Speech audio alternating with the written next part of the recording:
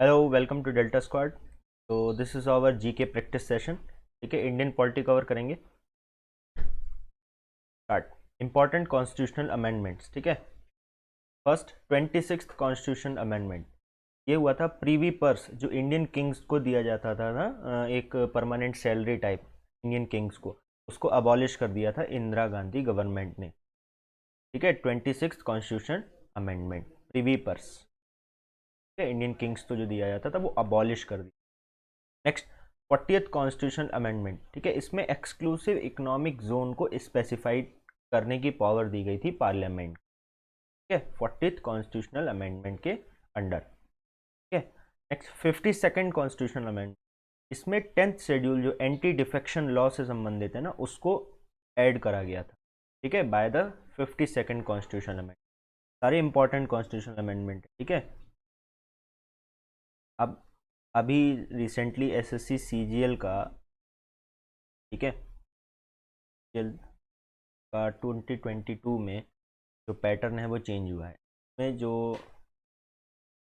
आपका टीयर 2 होता था ना, में अब जो पेपर 1 है ना, इसमें दो मॉड्यूल्स आ गए, दो सेक्शंस हैं। ठीक है, दो सेक्शंस हैं, जिसमें पहला सेक्शन जो होगा वो होगा मैथ्स और रीजनिंग का, और दूसरा सेक्शन जो होगा वो होगा इंग्लिश और जीके का। ठीक है, अब दोनों सेक्शन में डिफरेंट सेक्शनल कट ऑफ्स आएंगे। ठीक है, डिफरेंट कट ऑफ्स आएंगे। तो अब आप देख सकते हैं, इंग्लिश आप प्रिपेयर कर ही रहे थे, उसका तो इम्पोर्टेंस अभी भी है, मैथ्स का भी है, रीजनिंग का भी है, और जीके का भी अब सेपरेट इम्पोर्टेंस इसलिए आ गया है क्योंकि अब जो सेक्शनल कट ऑफ निकली थी वो आपको इस मॉड्यूल की क्रैक करनी। लेकिन इसके लिए भी स्ट्रेटजी, इसकी स्ट्रेटजी क्या है? स्ट्रेटजी ये है कि इंग्लिश के आपके 30 क्वेश्चन है। ठीक है, इंग्लिश के शायद 45, यस, इंग्लिश के 45 क्वेश्चन हैं और जीके के 25 क्वेश्चन, कुल मिला के 70 क्वेश्चन। ठीक है, दिस मॉड्यूल सेकंड के, तो मॉड्यूल सेकंड में इंग्लिश के 45 क्वेश्चन और जीके के 25 क्वेश्चन। अगर आप जीके की एक ओवरव्यू में भी प्रिपरेशन करते हैं, ठीक है, मतलब एक बेसिक तैयारी भी कर लेते हैं ना, जैसे एक लेवल जो आ जाता है ना, एनसीईआरटी का लेवल, हम लोग सीईआरटी का जो लेवल है ना, केवल आपने उसको भी अगर पकड़ लिया तो जीके में आप, और करंट अफेयर्स एनसीईआरटी, और तो मुझे लगता है कि जीके में आप 10 से 15 सवाल आराम से, ठीक है?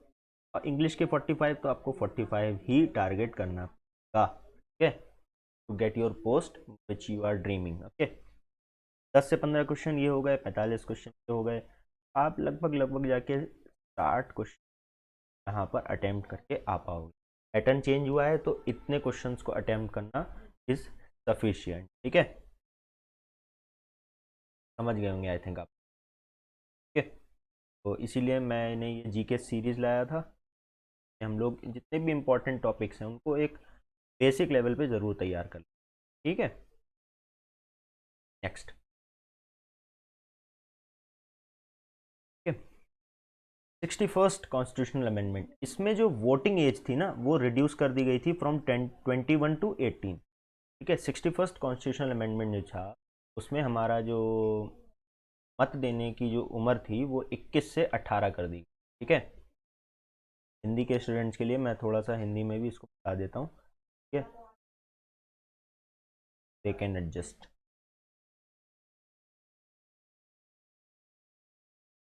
ठीक है, तो वोटिंग एज रिड्यूस कर दी गई थी from 21 to 18 years in 61st constitution amendment.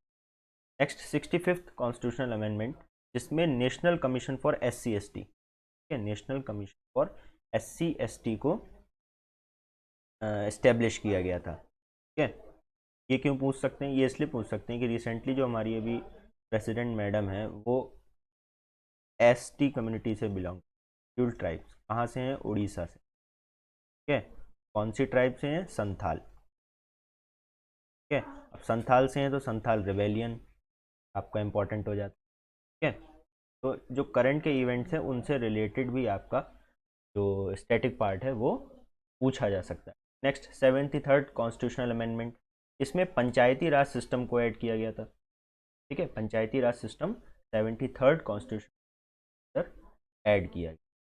Understood. Next 74th constitution में म्यूनसिपल कॉरपोरेशन को ऐड किया गया था, ठीक है, म्यूनसिपल कॉरपोरेशन इस्टेब्लिश का प्रोविजन इसमें लाया गया था। 86th कॉन्स्टिट्यूशनल अमेंडमेंट जो था, इसमें आर्टिकल 21A को ऐड करा गया था। इसमें यह कहा गया कि state shall provide free education till the age of 14 years to, ठीक है। इसमें और एक आर्टिकल 51A, ठीक है, वो भी जोड़ा गया था, जिसको DPSP में भी ऐड कराया गया था ना, कि a person who are a parent और अ एजुकेटर, ओ सॉरी, और मतलब एक व्यक्ति को अपने बच्चे को 14 साल की उम्र तक पढ़ाना ही पड़ेगा, मैंडेटरी कर दिया गया under 86th constitutional amendment. Next 91st constitutional amendment, इसमें total number of ministers can not be exceed from the 15% of the total strength of the Lok Sabha and the state legislature in the case of state. मतलब जो state में जो ministers का होंगे ना, और लोकसभा में, मतलब सॉरी यूनियन में जो मिनिस्टर्स की संख्या, यूनियन गवर्नमेंट और स्टेट गवर्नमेंट दोनों में जो मिनिस्टर्स की क्या होगी, वो लोकसभा और स्टेट के केस में स्टेट लेजिस्लेचर के टोटल स्ट्रेंथ ऑफ सीट से ये 50% से ज़्यादा नहीं होना चाहिए, ठीक है। लाइक अगर किसी की 200 है, ठीक है, 200 सीट्स हैं किसी की स्टेट की, किसी स्टेट में 200 सीट्स हैं, इन सीट्स हैं स्टेट लेजिस्लेचर में, ठीक है, तो 15% कितना हो गया, 30 मिनिस्टर से ज़्यादा नहीं हो सकते in the state government. Understood. तो ये प्रोविज़न किस में किया गया था, 91st कॉन्स्टिट्यूशन, ठीक है। अब दो इंपॉर्टेंट कॉन्स्टिट्यूशनल अमेंडमेंट है, 42nd और 44th, ठीक है, एक एक करके समझ। 42nd कॉन्स्टिट्यूशनल अमेंडमेंट था, इसे मिनी कॉन्स्टिट्यूशन ऑफ इंडिया कहा गया, ठीक है, मिनी कॉन्स्टिट्यूशन ऑफ इंडिया। इसमें क्या गया, add 3 new word in preamble, ठीक है, सोशलिस्ट, इंटेग्रिटी, ठीक है, सोशलिस्ट, इंटेग्रिटी और सेकुलर, ठीक है, सोशलिस्ट, इंटेग्रिटी और सेकुलर, ये 3 वर्ड्स ऐड करे गए थे इन द प्रीएम्बल, भावना में, ठीक है। एडेड फंडामेंटल ड्यूटीज, जो हमारी फंडामेंटल ड्यूटीज हैं उनको इसमें ऐड करा गया था, यानी फंडामेंटल ड्यूटीज मौलिक कर्तव्य, ठीक है, इनको ऐड करा गया था। प्रेसिडेंट बाउंड बाय कैबिनेट, मतलब प्रेसिडेंट जो होगा वो कैबिनेट के डिसीजन से बाउंड होगा, ये इस कॉन्स्टिट्यूशनल अमेंडमेंट में ऐसा कहा गया था। लेकिन बाद में इसमें जो करा गया था ना, कहा गया था कि वो एक बार रिकंसिडरेशन के लिए भेज सकता है टू द कैबिनेट, लेकिन उसके बाद उसको अगर फिर भी कैबिनेट पास कर देती है तो उसको एक्सेंट देना पड़ेगा, ठीक है।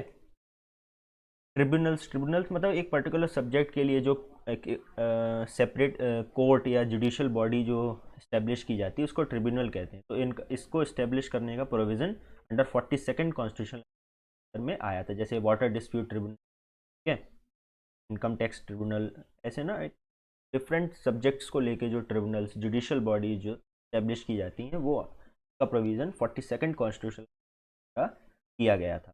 नेक्स्ट है प्रोटेक्शन ऑफ इन्वायरमेंट, ठीक है, equal justice and free legal aid, इनको ये जो दो new DPSPs, directive principle of state policy, इनको ये दो DPSPs एडिट की गई, ठीक है, ऐड की गई थी, ठीक है, अंडर 42nd कॉन्स्टिट्यूशन। और कॉन्स्टिट्यूशनल अमेंडमेंट्स जो होते हैं इनको जुडिशियल स्क्रूटनी से बाहर रखा गया था, एक्सक्लूड कर दिया गया था जुडिशियल स्क्रूटनी, ठीक है। मतलब कॉन्स्टिट्यूशनल अमेंडमेंट को कोई भी कोर्ट क्वेश्चन नहीं कर सकता, but after Kesavananda Bharati case 73 था, उसमें उन्होंने कहा था कि वो constitution amendment basic structure of the constitution को नहीं छेड़ रहा हो, ठीक है, basic structure of the constitution को ना छेड़ रहा हो, ठीक है। तो ये 42nd कॉन्स्टिट्यूशन अमेंडमेंट था। अब हम लोग देखेंगे 44th कॉन्स्टिट्यूशनल अमेंडमेंट, ठीक है, तो मिनी कॉन्स्टिट्यूशन नहीं कहते, ठीक है। में क्या था, made the president to declare national emergency only on the written application by the cabinet. तब कैबिनेट की रिटन एप्लीकेशन पर ही प्रेसिडेंट नेशनल इमरजेंसी डिक्लेयर कर सकता है। ये प्रोविजन था। राइट टू प्रॉपर्टी को एज अ लीगल राइट बना दिया गया। ठीक है, शायद आर्टिकल था हमारा 300A, मे बी, आप इसको चेक कर लेना। ठीक है, आर्टिकल 20 और 21 can't be suspended during a national emergency. मतलब नेशनल इमरजेंसी के दौरान आर्टिकल 20 और 21 को लोग सस्पेंड नहीं कर। ठीक है, personal freedom of personal liberty, ठीक है, एंड लाइफ प्रोटेक्टेड, दो आर्टिकल थे जिनको सस्पेंड नहीं किया जा सकता, फंडामेंटल राइट। ठीक है, नेक्स्ट अब हम देखेंगे important static facts about the Indian constitution. ठीक है, ये कुछ इंपॉर्टेंट स्टैटिक फैक्ट्स हैं जिनसे रिलेटेड क्वेश्चन फॉर्म हो सकता है in any shift like CGL, in the exams like CGL, SS, HSL, MTS, phase 9, ठीक है, सीपीओ, एनी एग्जाम लाइक। तो first is there are total 20 committees in the constituent assembly. ठीक है, कितनी committees थी कुल मिलाकर? 20 कमिटीज थी। ठीक है, कुल मिलाकर 20 कमिटीज थी कॉन्स्टिट्यूंट असेंबली। ड्राफ्टिंग कमेटी जो थी उसके चेयरमैन कौन थे? Doctor BR Ambedkar. और कौन कौन से मेंबर थे? KM मुंशी, अयंगर, मोहम्मद सदाउल्लाह। ठीक है, ये भी मेंबर थे drafting committee. Union constitution committee, इसके चेयरमैन थे जवाहरलाल नेहरू। और यूनियन पावर कमेटी के इसके भी थे Jawaharlal Nehru. Next, the constitution is adopted on November 26, 1949। ठीक है, कब करा गया था? 26 नवंबर 1949 को। कंटेन्ड अ प्रीएम्बल थी जो कि बाद में इनेक्ट हुई थी, कॉन्स्टिट्यूशन के बाद में इनेक्ट। और 395 आर्टिकल्स थे और 8 स्केड्यूल्स थे। ठीक है, प्रीएम्बल इनेक्टेड आफ्टर कॉन्स्टिट्यूशन। ठीक है, पहले कॉन्स्टिट्यूशन इनेक्ट हुआ था, उसके बाद प्रीएम्बल कॉन्स्टिट्यूशन में ऐड की गई, something like. Next, symbol of the constitution constituent assembly. Constituent assembly का सिंबल क्या था? एलिफेंट। लीगल एडवाइजर कौन थे कॉन्स्टिट्यूएंट असेंबली के? BN राव। और कैलियोग्राफर कौन थे? प्रेम बिहारी रायज़दा। ठीक है, तो ये कुछ इंपॉर्टेंट स्टैटिक फैक्ट्स थे इंडियन कॉन्स्टिट्यूशन के बारे में। ठीक है, तो आज की वीडियो तो यहीं समाप्त होती है। ये CDS अगस्त करंट अफेयर्स, ये CDS के लिए लिखा है, लेकिन जो करंट अफेयर्स हैं वो आपके एग्ज़ाम के पॉइंट ऑफ व्यू से भी इम्पॉर्टेंट हैं, लाइक CGL और CHSL। ठीक है, क्योंकि अब करंट अफेयर से ही आपके पेपर बनना है। ठीक है, इंपॉर्टेंट टॉपिक्स भी मैं मंथ के कवर करता हूँ। ठीक है, ये तो करंट अफेयर्स हो गए, और उन करंट अफेयर से रिलेटेड जो इंपॉर्टेंट टॉपिक्स जो न्यूज़ में रहे थे वो मैं कवर करता हूँ sir, important topics of month, ये सीरीज़ जो चल रही है। ठीक है, इंग्लिश सिंप्लीफाइड की सीरीज़ चल रही है, इसमें डेली प्रैक्टिस करते हैं हम। ठीक है, डेली प्रैक्टिस करते हैं इंग्लिश की, क्योंकि प्रैक्टिस से ही आप इंग्लिश को क्रैक कर सकते हैं। और कोई कितना भी कोई और भी सॉल्यूशन बता दे, इसका कोई और सॉल्यूशन नहीं है, केवल प्रैक्टिस, रिवीजन, और जितना आप इसको पढ़ सकते हैं। ठीक है, तो make sure to do subscribe because of these 3 important series, और भी इंपॉर्टेंट सीरीज लाऊंगा। मतलब जितना भी इंपॉर्टेंट कंटेंट है वो आपको मेरे डेल्टा स्क्वाड यूट्यूब पर मिलेगा। So do like this video also and subscribe Delta Squad. Thanks for watching. Jai Hind.